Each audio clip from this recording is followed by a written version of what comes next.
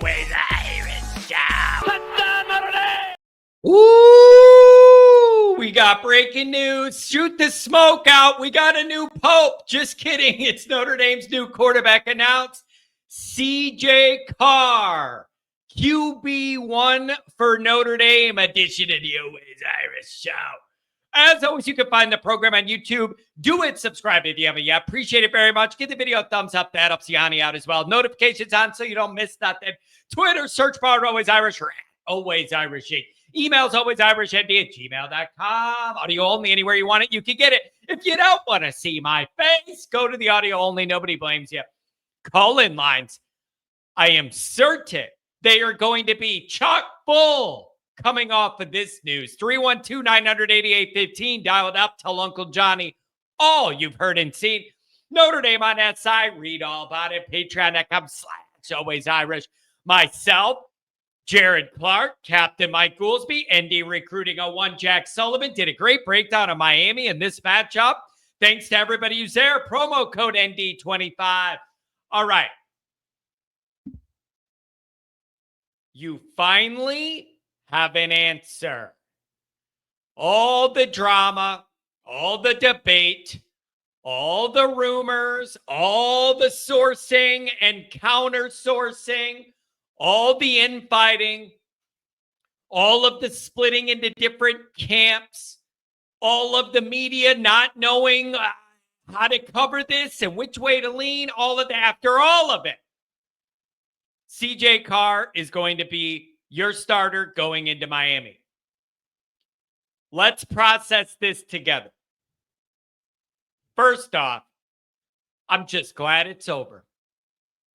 This was getting a bit too neurotic, in my opinion, and it started to reach what I felt like was an unhealthy level of discourse with the Notre Dame fans and the media. It was all the quarterback infighting and not a lot about Miami.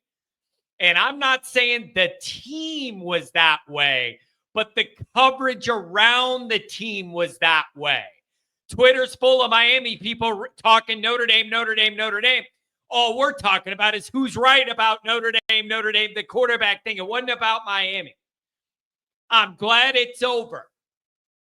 It got to be a little uncomfortable to me.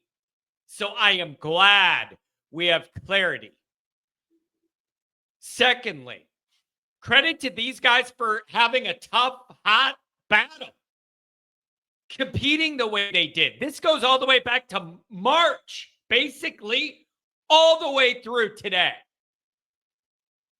Credit to both these guys for fighting the way they did, competing the way they did. This cannot be an easy process, and it shouldn't be.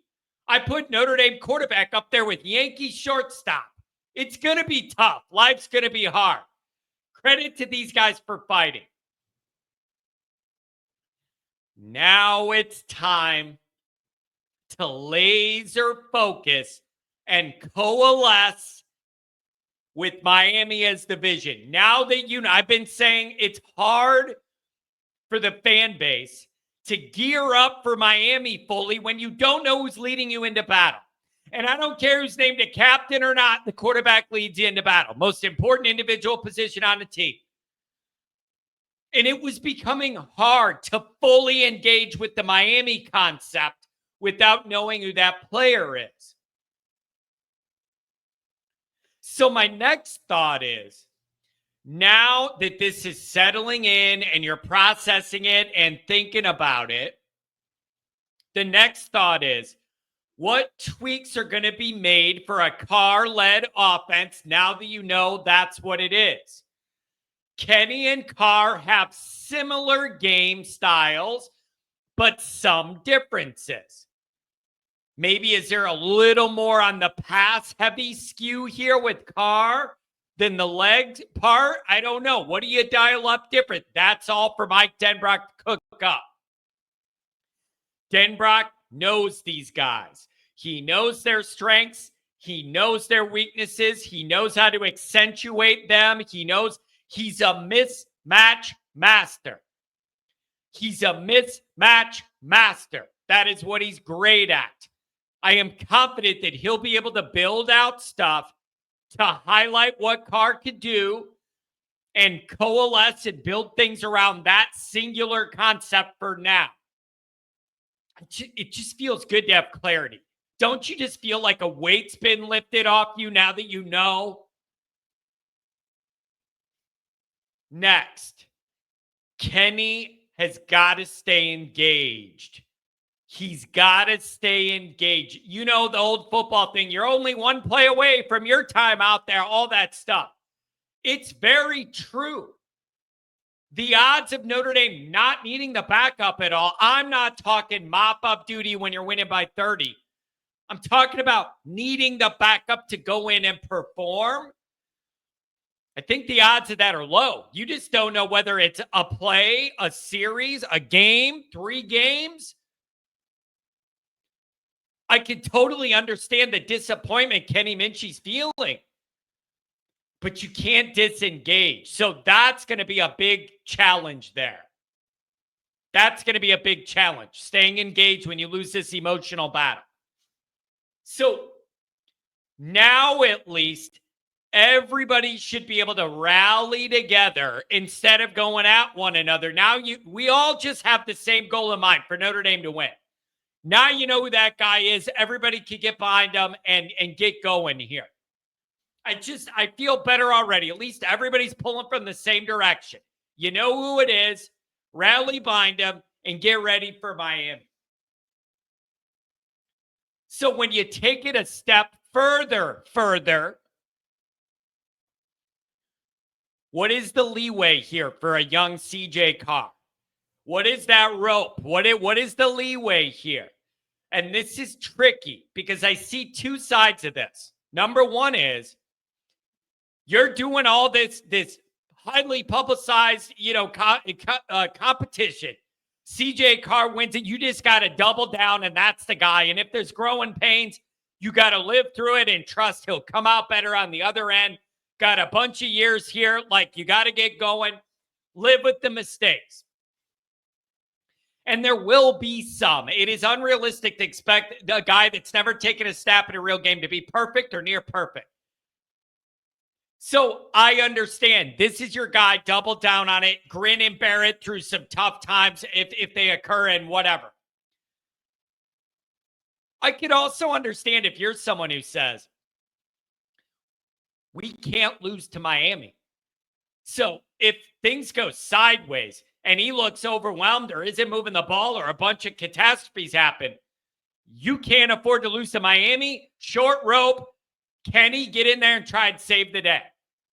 Because you just can't afford to lose to Miami with A&M staring at you next.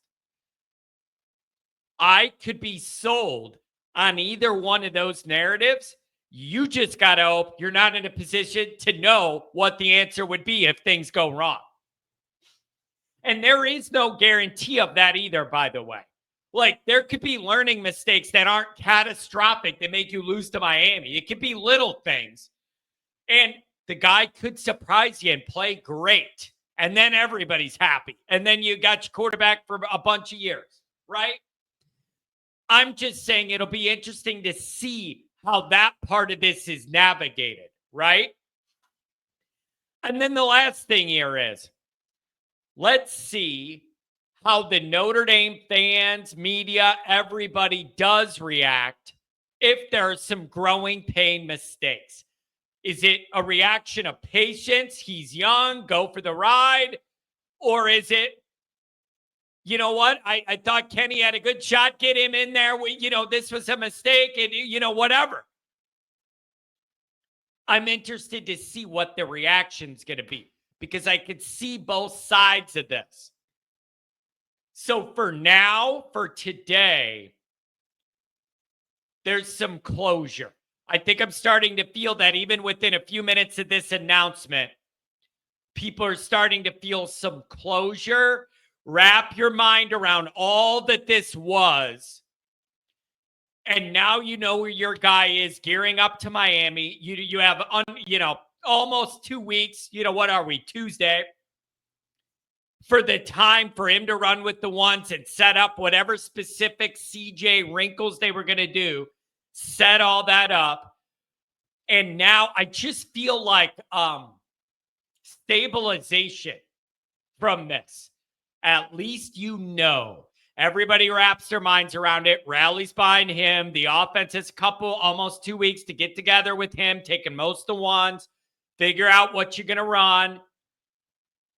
And then we head to Miami. So this is big news, just breaking news. And you hope it goes well for all involved. You hope this gets off to a good start. Let me know what you guys think.